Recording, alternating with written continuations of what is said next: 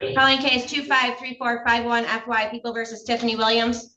Good afternoon. Good afternoon, Your Honor. James Gazicki on behalf of Ms. Williams. Waive reading of the complaint, stay in mute. Request a nominal bond, Your Honor. Ms. Williams, can you state your name for me, please? Tiffany Williams. Ms. Williams, you have the right to remain silent. Anything you say orally or in writing can and will be used against you. You have the right to have an attorney present at any future questioning and any future court hearings. If you cannot afford an attorney, one will be appointed to represent you. I've had a request for a court-appointed attorney request form in front of me. I've signed that. Ma'am, you're going to have 2 dates in the next 21 days. The first will be your probable cause conference. The date for that date is going to be November 17th. You can appear for that hearing via Zoom. Your second court date, ma'am, will be November 24th. That's going to be your preliminary examination. At that hearing, the prosecutor must show that a crime was committed and probable cause exists to charge you with that crime. You must appear for that hearing in person. Counsel, as to bond.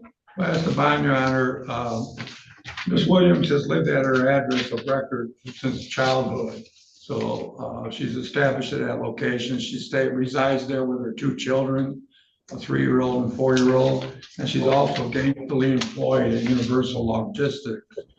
We're asking the court, I know the seriousness of this charge, or Does she understand the seriousness of this charge? Pardon? Does she understand the seriousness of this charge? Yeah, she does, Your Honor. In fact, she was, I don't want to go in detail, but she does understand the seriousness. And also, I'd ask the court that if she's unable to make bond, that the file be marked medical. She does have prescription medication that she has not received.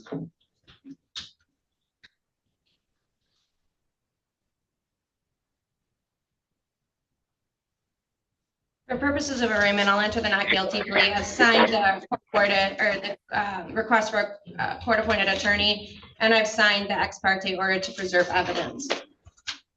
Under the bond statute, counsel, and I know you're aware of this, there's several factors that are taken into account. And I will note that Ms. Williams does not have a significant criminal history. She has an A and B charge from 2005, and I can take that, and that's 20 years ago. So I can appreciate her lack of criminal history. However, the seriousness of the crime and everything, all of the other factors in the bond statute are more prevalent to me in this case, counsel, than anything else. And I'm just going to start. I just swore this case in, so I am familiar with the facts here. One of the factors that the court can take into account is the seriousness. So we have a stabbing of the complaining witness, not once or twice, 4 times, one to the face, the upper left side of her neck, or stomach rather, and her upper thigh. This is an AWIM, it's a life offense, counsel. As her first felony offense, she went straight to the top. The complaining witness, is my understanding, she had a collapsed lung. She had to undergo surgery because of this. This happened in a kid's Foot Locker with, I'm sorry, you said her kids were 3 and 4 years old, correct? Correct, Your Honor. And the 3 and the 4-year-old was with her at the time of this incident, correct? She was trying to make a purchase of some sort? I have no comment on that, Your Honor. Okay, it's my understanding that those children were with her at this kid's Foot Locker. One of the other factors, counsel, is that the court can take in is the likelihood of success at trial. We have 3 witnesses. I think there was 3. I think there were workers at the time who saw this. They made statements to Taylor Police Department. They were all very accurate, and they were in the, I won't say accurate, they were all consistent in their statements. I believe there's a video of the incident. They have the knife that the defendant allegedly used in this, as well as a confession. So there's absolutely no way she's getting a personal bond here, being that this is an AWIM, and how I think the timeline of offense happened is absolutely absurd. I don't know that she understands the significance of this. She's going to learn soon once these proceedings start. She's going to have a $250,000 cash surety bond with a GPS tether. Ms. Williams, you'll have bond conditions. You're to appear in court as directed. You're not to leave the state without permission of the court. You're not to commit any new crimes while released. If you change your address or your phone number, you're to notify the court immediately. You're not to have any contact with the complaining witness in this case, Sunaya Jenkins, Suniya.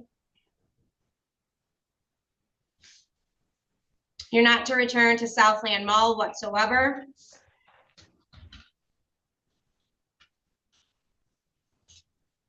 You're not to possess or have access to firearms or other dangerous weapons. Again, you'll be on GPS tether. And I think if she does make bond, she needs to attend 2 pro-social meetings a week, which would be anger management. She clearly has some things going on that she flew off the handle after her card allegedly got declined and kept stabbing somebody. And the important thing that I read in this complaint, and again, I can understand fully, counsel, that these are allegations until, you know, this case plays out and whatever happens down the line, but she had to be stopped stabbing. She didn't do that on her own volition. Somebody had to pull her off of the complaining witness, or the victim in this case, instead of her doing it by herself. And so if somebody hadn't intervened, this might be a very different charge that we're here on today. So that's just my thoughts. Bond is as it is, 250,000 cash surety, GPS tether. Ma'am, when I say no contact, I don't know if you know this person. I don't know that you do, but that means no contact. You cannot call her, write her, email her. You cannot send her anything. You can't go to where she lives, works, or goes to school. You can't have contact of any kind, nor have any other person contact her, except for potentially your attorney. You can't send a text message, a tweet, an Instagram, an instant message, anything like that. This includes on Facebook, Instagram, Twitter, Cash App, any form of electronic communication you cannot have with her. Sending a blank message, it's considered contact, since I'm telling you how to take steps not to make that happen. Ma'am, if the communication comes from you or by the direction of you, it will be considered a bond violation. If she contacts you for whatever reason, or if she's at a public place, you're not to have contact with her. You're to leave immediately. If this bond order needs to be changed at a later date, we'll have a hearing with both parties present. The victim in this case cannot change the no contact order. Only a judge can. Counsel, do you have anything else? No, Your Honor.